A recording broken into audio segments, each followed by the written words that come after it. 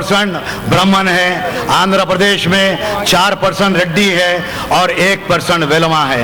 उस वक्त इत्तेहादुल मुस्लिमीन का क़याम आया और हिंदुस्तान में दलित भाइयों को, मुसलमानों को, BC, SC और पिछड़े हुए तबक़ात की नुमाइंदगी करने के लिए मजलिस इत्तेहादुल मुस्लिमीन का क़याम आया।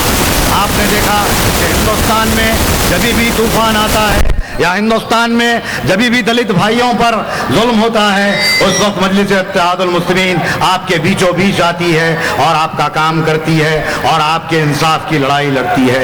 हाल ही में मैं महाराष्ट्र का वाक़या आपके सामने रखता हूँ कि महाराष्ट्र में 3 दलित भाइयों का कत्ल कर दिया गया। उस कत्ल के बाद उनके टुकड़े कर दिए गए और उस वक्त उनके लाशों को जंगलों में फेंक दिया गया।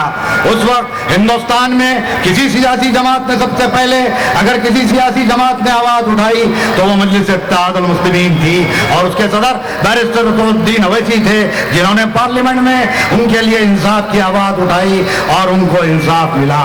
तो आप देखिए आज हैदराबाद के हालात किस तरफ जा रहे हैं। आज हैदराबाद में आपके सामने कांग्रेस की वो उम्मीदवार है जो पिछले 2 मरतबा यहाँ से कामयाब हुई, लेकिन जब उस उम्मीदवार को चलना नहीं आता, लेकिन वो सिर्फ ये बैठी है कि यहाँ से और पैसा किस तरह बटोरा जाए।